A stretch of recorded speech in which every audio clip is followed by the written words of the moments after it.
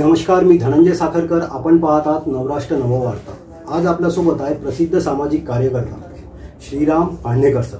चंद्रपुरातील एक वेगळ्या प्रकारचा सामाजिक कार्यकर्ता आपण यांना म्हणू शकतो. शिवभोजन थालीतून हजारो लोकांना अन्नदान करतात. महाराष्ट्र शासनाचा याला खूप मोठा हातभार आहे, त्याबद्दल वाद नाही. पण एकमेव असं शिवभोजन थाली केंद्र आहे की जिथे 10 रुपयात बसून तुम्हाला घरचा आनंद आणि मनसोक्त असं जेवण रोज ते गरीब लोकांपर्यंत पोहोचवतात.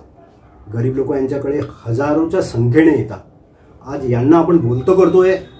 सर नमस्कार, नवराष्ट्र नववार्तामध्ये खूप खूप स्वागत आहे. नमस्कार, धन्यवाद, थँक्यू. सर आपण प्रॉपर कुठले? तसा मी विदर्भातील बुलढाणा जिल्ह्यातील शेगावजवळ एक खेड आहे, पातुर्डा नावाचं गाव आहे.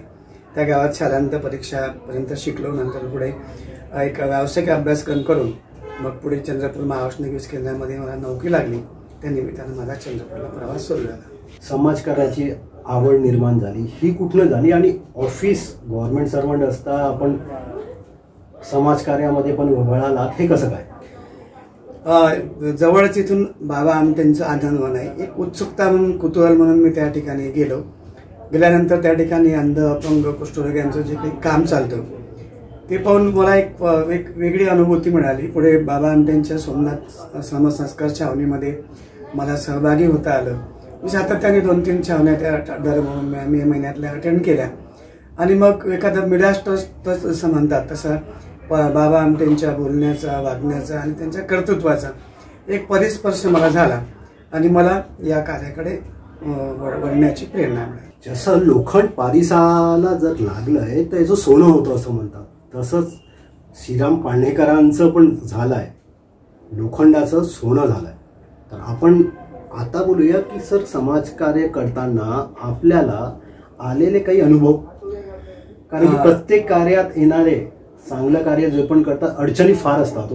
काही अडचणी आल्या आपल्या जीवनात. म्हणजे संत कबीरांनी सांगितलंय की कबीरा खडा, म्हणजे कबीराच्या बाबतीत त्यांचं असं म्हणणं किंवा तुम्ही जेव्हा या समाजात काम करता तेव्हा कबीरा खडा बाजार में लिए दुकाटी हात, जो घर फुके अपना चले हमारे साथ.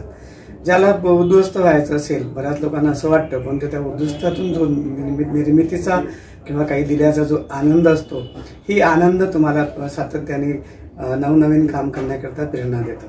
मला म्हणजे सर्वसामान्य समाजामध्ये जसे वेगवेगळे अनुभव येतात पारंपरिक जीवन जगताना, तसे समाजकार्यात सुद्धा येतात. पण प्रश्न असा आहे की सुरुवातीला जी एखादी डोंगरा एवढी समस्या वाटते, ती समस्या पुढे उंदरा एवढी होते. आणि समस्या कुणाला आल्या नाही, जितक्या समस्या, म्हणजे एका माणसाचं खूप सुंदर ओळी आहे की रात भर का मेहमा है अंधेरा, फिर किससे रोका रोका है सवेरा, रात जितनी संगीन होंगी सुबह उतनी रंगीन होंगी. माझं आयुष्य असंच अशा पद्धतीनं कळत नकळत चांगली वाईट मार्गात माणसं मिळत मला इथपर्यंत पोहोचता आलं. याबद्दल मी समाजाचा मनापासून ऋणी आहे. सर आजची तरुण पिढी व्यसनाच्या आहारी गेली आहे.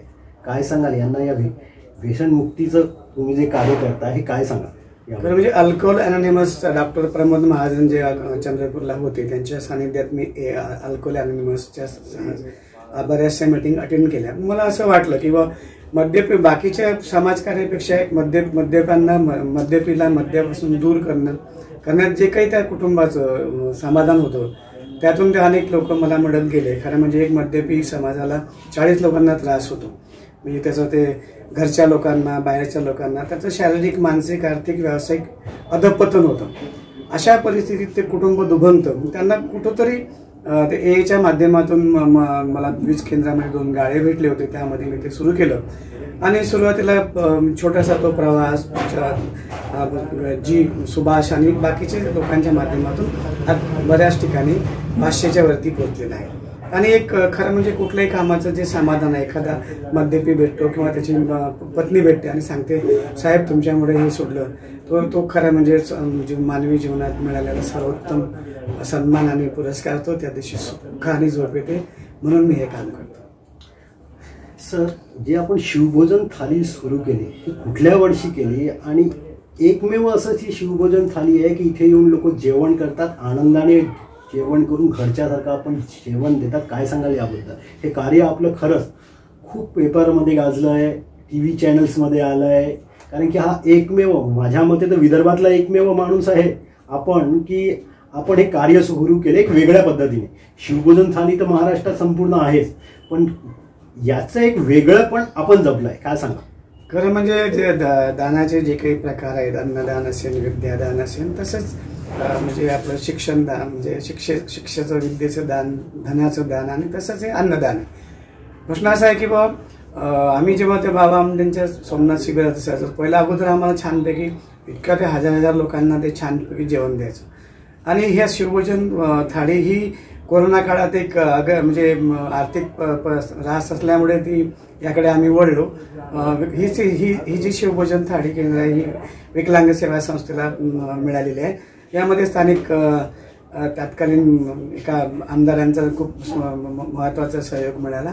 खरं म्हणजे शासनाने जे काही शिवभोजन थाळी सुरू केली आहे, भारताची जी काही राज्यघटना आहे विथ द पीपल, म्हणजे ही सर्व जनतेला समर्पित आहे. आणि मग या जनतेच्या ताटात 2 घास पडावे म्हणून महाराष्ट्र शासनाचा हा शिवभोजन थाळीचा उपक्रम होता. ही गोष्ट खरी आहे की आमच्या इथं खूप काही वेगळं करत नाही, पण आम्ही त्या ठिकाणी जेवण करल्यामुळे आम्हाला जे बरं वाटतं ते इतरांना मिळावं याकरता आमचा ध्यास असतो.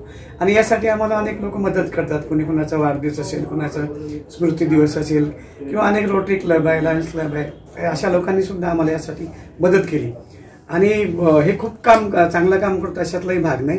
प्रश्न असा आहे की एखाद्या माणसाकडे आम्ही इथं महिलांना वाटसरांना आम्ही मोफत जेवण देतो आणि त्यातून एखादा जेव्हा जाताना साहेब धन्यवाद, त्याचं जे काही डोळ्यातले जे भाव असतात ना ते आपल्याला उद्दीपित करतात नवनवीन जे चांगलं जीवन देण्याकरता. एवढंच या मागचा फक्त मातीदार्थ आहे. सर, एक शेवटचा प्रश्न घेऊया की या देशाच्या तरुणाईला आपण काय सांगा, कारण की एक देवमाणूसच हे कार्य करत आहे. हे देवमाणूसच एक चांगल्या प्रकारे या देशाच्या तरुणाईला खूप चांगला संदेश देऊ शकतात. काय सांगाल या तरुणाईला?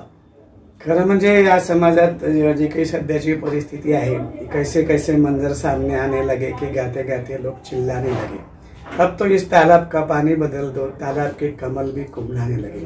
आता या संपूर्ण म्हणजे प्रदूषित झालेल्या समाजामध्ये आपण एक म्हणजे तुरटी फिरवायची का अजून एक मातीचं ढेकूळ टाकायचं एवढं तरुणाच्या हाती आहे.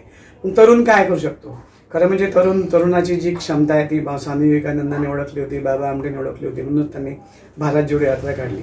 याच्या सोबतीला आपल्यापाशी एक साहिर लुधियानजी सुद्धा खूप सांगून गेले की ले दे के अपने पास एक नजर तो है, क्यों देखे जिंदगी को किसी की नजर से हम. आमच्यापाशी भले काही नसेल पण एक दृष्टी हवी. तो असं साहिर सांगून गेला की ले दे के अपने पास एक नजर तो है, क्यों देखे जिंदगी को किसी की नजर से हम. माना कि इस जमी को ना गुलजार कर सके, कुछ खार तो कम करेंगे गुजरेंगे जिधर से हम.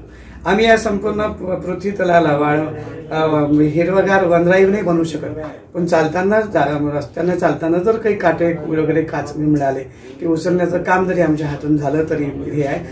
तरुणांनी आंतरजातीय विवाह करणं, आपल्या आई आपतेष्टांचं मरणोत्तर देहदान करणं, अवयवदान करणं, अशा स्वतःचं रक्तदान करणं, अशा बऱ्याच गोष्टी. आणि समाजामध्ये अजूनही चांगले लोक आहेत म्हणूनच हा समाज टिकला आहे.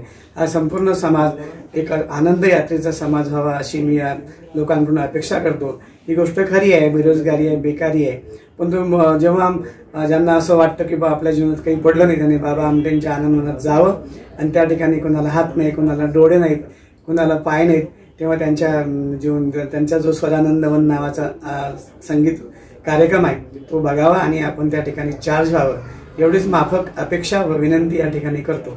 आणि सर्वांचं कल्याण हो, मंगल हो अशी विधात्याला प्रार्थना करतो. धन्यवाद. मित्रांनो, आपण माणसातल्या देवाला आज भेटलोय. त्यांचं नाव श्रीराम पांडेकर. अशाच नवीन नवीन व्यक्तिमत्वाला आपण रोज नवराष्ट्र नववार्ताच्या माध्यमातून भेटणार आहोत. मी धनंजय साखरकर, चंद्रपूर.